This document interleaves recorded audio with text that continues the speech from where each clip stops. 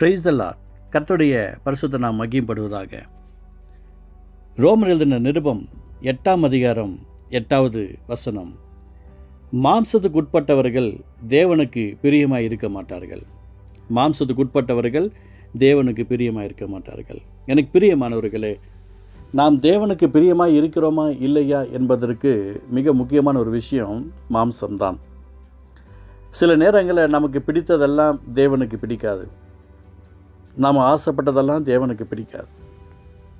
தேவ சித்தம் நம்முடைய வாழ்க்கையில் நடக்கணும்னு நினச்சோம் அப்படின்னா நிச்சயமாக நிறைய விஷயங்கள் நம்ம பொறுமையாக காத்துட்டுருக்கணும். இந்த இடத்துல அழகே சொல்லப்படுகிற ஒரு வார்த்தையை பார்க்கிறோம். ஆவியும் மாம்சமும் ஒன்றுக்கொண்டு விரோதமாக இருக்குதுன்னு வேதம் சொல்லிக்கிறதை பார்க்கிறோம். அல்ல, மாம்சத்துக்கு உட்பட்டவர்கள் அப்படின்னு சொன்னால் இந்த உலகத்துக்கு கூட ஒத்த வேஷம் தரித்து கொண்டிருக்கிற எண்ணங்களும் சிந்தனைகளும் ஏக்கங்களும் இருக்கும்.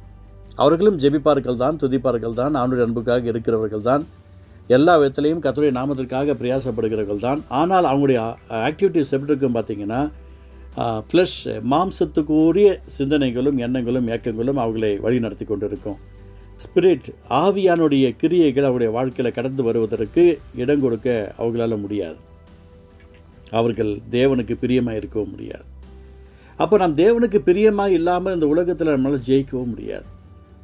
இன்றைக்கி தேவனுக்கு பிரியம் இல்லாமல் என்ன தான் முயற்சி பண்ணினாலும், எனக்கு ஒரு ஆஸ்வதம் வேண்டும், எனக்கு ஒரு நல்ல நிலைமை வர வேணும், என் லைஃப் செட்டில் ஆகணும், நான் நிறைய சம்பாதிக்கணும், என் கடன் அடையணும், என் பிஸ்னஸ் நல்லா இருக்கணும், நாங்கள் அநேகருக்கு கடன் கொடுக்கணும் அப்படின்னு சொல்லி நம்ம உலகத்தோடு கூட ஒத்த வேஷம் தரித்து கொண்டு மாம்சத்துக்குரிய சிந்தனைகளோடு வாழ்ந்துட்டு இருந்து தேவனுடைய வார்த்தைக்கு விரோதமாக செயல்பட்டு இருப்போமானால் நிச்சயமாக அற்புதங்களை பார்க்க முடியாது.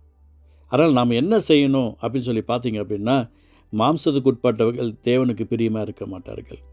தேவனுக்கு பிரியமாக இல்லாமல் ஒரு நன்மையும் நம்மளால் செய்ய முடியாது. நம்முடைய வாழ்க்கையில் எந்த நன்மைகளும் வந்து சேராது, எந்த ஆசீர்வாதங்களும் வந்து சேராது. அப்போ நம்முடைய வாழ்க்கையில் நன்மைகளும் ஆசீர்வாதங்களும் வந்து சேரணும் அப்படின்னா தேவனுக்கு பிரியமாக இருக்கணும். எனக்கு பிரியமானவர்களே, பரிசுத்த ஆவியானுடைய துணை இல்லாமல் இந்த பூமியில் இயேசப்பா ஊழியத்தை நிறைவேற்றலை. அவர் ஊழியத்தை செய்த ஆரம்பித்த அதே நாளில் பரிசுத்த ஆவியானவர் அவருக்கு துணை புரிந்தார். இந்த பூமியில் அவர் எடுத்துக்கொள்ளப்படுகிற நாள் வரைக்கும் பரிசுத்தன் அவரோடு கூட இருந்தார். இன்றைக்கி நாம் இந்த பூமியில் வாழ்வதற்கு பரிசுத்த ஆவியானுடைய அபிஷேகம் அவசியம் தேவை. தேவனுக்கு பிரியமான வாழ்க்கையை நம்முடைய வாழ்க்கையில் ஒப்பு கொடுக்கும்போது தான் அந்த நன்மைகள் நமக்கு கடந்து வரும். அப்போ இன்றைய தினத்தில் நான் நல்லா படிக்கணும், நான் நல்லா எக்ஸாம் எழுதணும், என் குடும்பம் நல்லா இருக்கணும், நாங்கள் ஆசுதமாக இருக்கணும்னு நம்ம பிளான் பண்ணுறோம் இல்லையா? அந்த பிளானிங்களெல்லாம் நம்முடைய ஃபெல்லோஷிப் எங்கே வச்சுருக்கணும், நம்முடைய ஃப்ரெண்ட்ஷிப் எங்கே வச்சுருக்கிறோம், யாரோட அதிக நேரத்தை செலவு பண்ணுறோம், யாருக்காக ஓடிக்கிட்டு இருக்கிறோம் என்பதை நம்ம நினைத்து மிக முக்கியமாக பார்க்கணும். நாம் நம்மை மனம் திரும்புவதற்கு இடம் கொடுக்க வேண்டும்.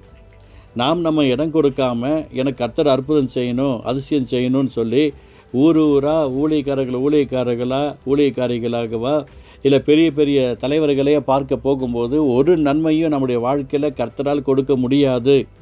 ஏன்னா மாம்சத்துக்கு உட்பட்டவர்கள் தேவனுக்கு பிரியமாக இருக்க முடியாது. தேவனுக்கு பிரியமாக இல்லாதவர்களுடைய ஜெபத்தையும் தேவன் தள்ளிவிடுவார். அதனால் இந்த நாளில் மனம் திரும்பி ஆண்டோடைய அன்புக்கு நேராக நம்மளை ஒப்பு கொடுப்போம். தேவனுக்கு பிரியமானதை செய்வோம். பிரியமானவளே உன் ஆத்மா வாழ்கிறது போல் எல்லாவற்றிலும் சுகமாக சொல்லியிருக்கிறார் இல்லையா?